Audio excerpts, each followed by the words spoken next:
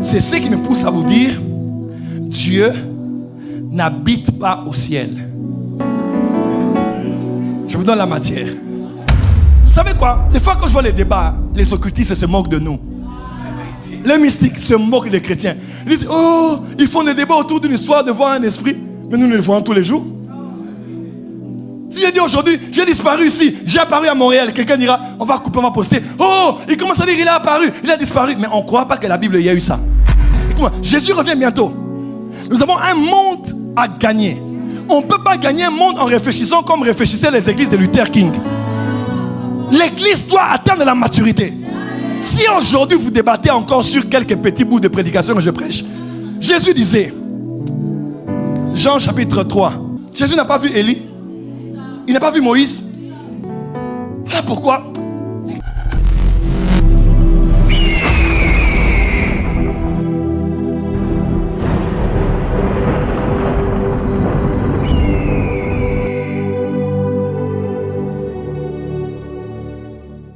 Mais ceux qui lisent bien la Bible, ils savent que Jésus était le Fils de Dieu avant la mort et la résurrection.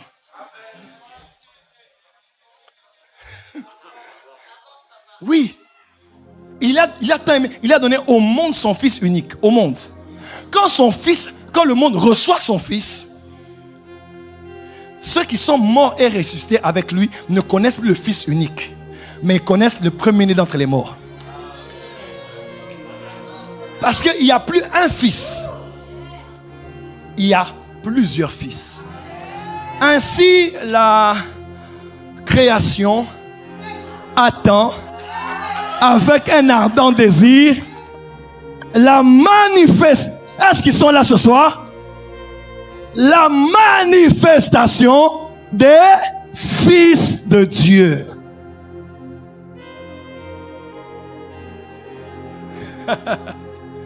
Dis à ton voisin, retournons à la parole. C'est ainsi que je vous ai dit à la porte des cieux, nous ne prêchons pas le oïda, nous ne prêchons pas le ginosko, nous ne prêchons pas le diagnosco, nous prêchons le épignosco. Épignosis, nous allons au-delà de ce qu'on lit naturellement. Et c'est l'âge dans lequel, écoute-moi, Jésus revient bientôt. Nous avons un monde à gagner. On ne peut pas gagner un monde en réfléchissant comme réfléchissaient les églises de Luther King. L'église doit atteindre la maturité. Si aujourd'hui vous débattez encore sur quelques petits bouts de prédication que je prêche, Jésus disait, Jean chapitre 3, verset 10. Jean 3, 10.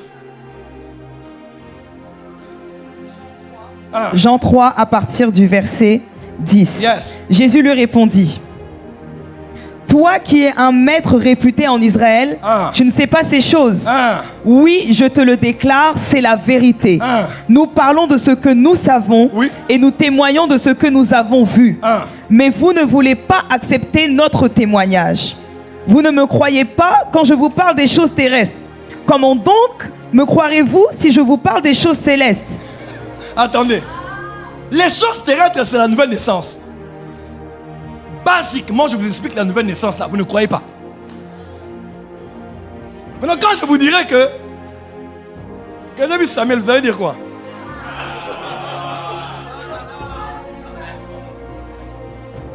Non, nous avons un problème. Si les choses basiques, écoutez-moi, vous savez quoi? Des fois, quand je vois les débats, les occultistes se moquent de nous. Les mystiques se moquent des chrétiens. Ils disent, oh, ils font des débats autour d'une histoire de voir un esprit. Mais nous le voyons tous les jours. Si je dis aujourd'hui, j'ai disparu ici, j'ai apparu à Montréal, quelqu'un dira, on va couper, on va poster. Oh, il commence à dire, il a apparu, il a disparu. Mais on ne croit pas que la Bible, il y a eu ça. Jésus n'a pas vu Élie, il n'a pas vu Moïse. Voilà pourquoi l'Église doit grandir. Et Dieu ne m'a pas oint que pour entretenir des bébés. Dieu m'a oint pour élever une élite. La plupart de ceux qui sont à la porte des cieux ont déjà été chrétiens. Ils ont mangé, ils ont été éduqués, ils sont bien formés. Mais à un moment, ils ont dit, il y a plus que ça. Voilà pourquoi vous êtes là, pour qu'on quitte Ginosko à l'épignosco. C'est la vérité. L'un a semé, l'autre a arrosé. Moi, ma part, c'est d'arroser ce qu'on vous a déjà donné.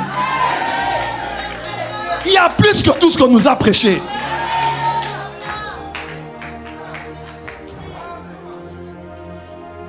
Si on vous parle déjà des choses terrestres là, vous faites des débats. Mais non, si on va dans les choses très fortes, on va parler comment?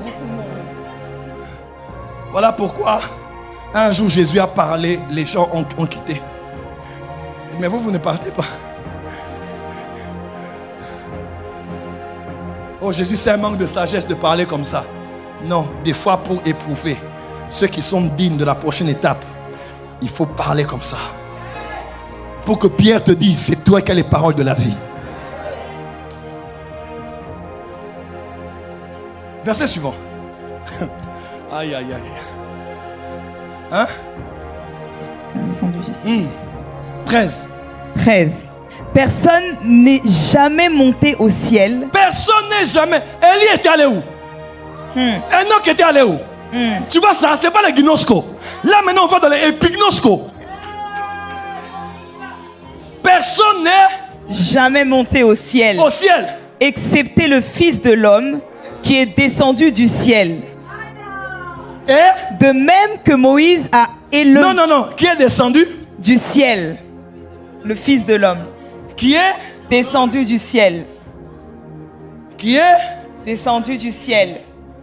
Qui est descendu du ciel. Assieds-toi ma fille. Si Jésus vient du ciel, pourquoi alors on nous dit que ceux qui ont été là-bas ne l'ont pas vu?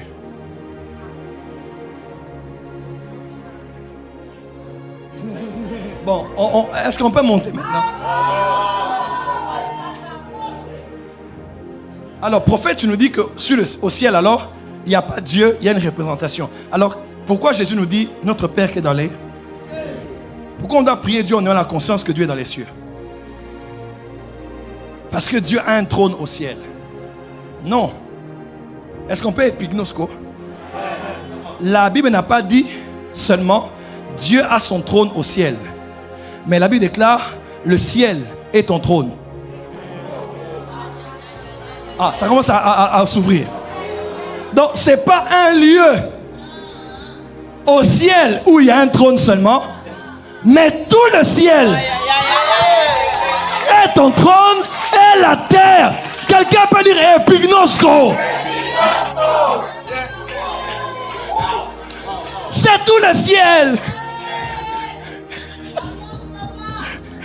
Un petit tabouret quelque part là isolé. Tout le ciel est son trône. C'est pas l'église qui est son marchepied. La terre est son marchepied. Asseyez-vous.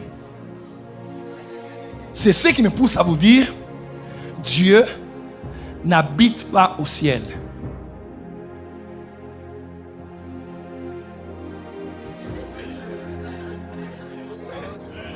Je vous donne la matière.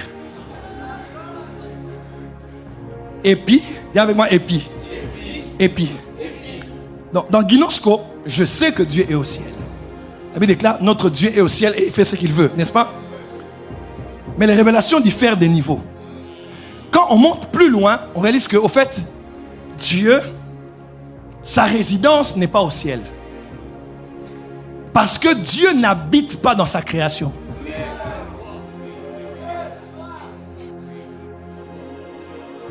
Parce que Dieu n'existe pas à partir de l'existence de la création. Genèse 1, verset 1. On peut lire à haute voix, tout le monde qui le sait. 1, 2, 3, c'est parti. Au commencement, Dieu créa le ciel et la terre. Plus fort. Au commencement, Dieu créa le ciel et la terre. Plus fort les cieux. Une fois plus fort. Au commencement, Dieu créa les cieux et la terre. Plus fort. Au commencement, Dieu créa les cieux et la terre. Plus fort. Au commencement, Dieu créa les cieux. Pour la dernière fois. Au commencement, Dieu créa les cieux et la terre. C'est au commencement de Dieu ou au commencement des cieux et de la terre? Plus fort. Donc, il y a eu un jour où Dieu a créé les cieux et la terre. Donc, avant ce jour-là, Dieu existait et il était quelque part.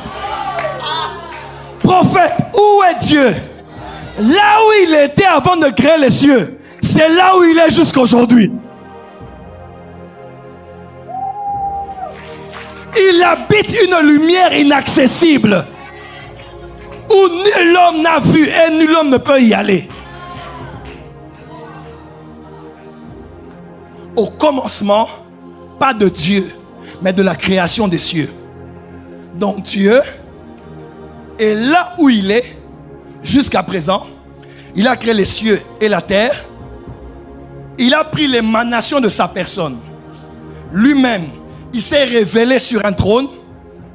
C'est toujours lui. Mais il ne peut pas s'asseoir sur une chaise. Dieu est trop grand pour avoir le début de sa cuisse ici et la fin de sa jambe là-bas. Non! Dieu n'a pas de forme. Je commence à prêcher maintenant.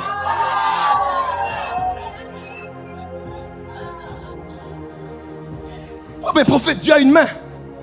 La main de l'Éternel n'est pas trop courte. Oh prophète, Dieu a des yeux. Les yeux de Dieu ne sont pas parcourent toute la terre. Dieu a des pieds. Israël a vu ses pieds. Il a un dos. Moïse a vu son dos. Un nez. Il a senti l'odeur du sacrifice de Noé. Dieu a des oreilles, son oreille n'est pas trop dure pour entendre. Lorsqu'on dit ça dans la Bible, on le dit pour permettre au fini d'essayer de comprendre l'infini. Tu ne peux pas connaître combien Dieu est grand. Job dit, il est grand, sa grandeur nous échappe. Si Dieu est grand, plus que l'univers, ou comme ces lieux, donc Dieu a une limite ici, une limite là-bas. Dieu n'a pas de limite.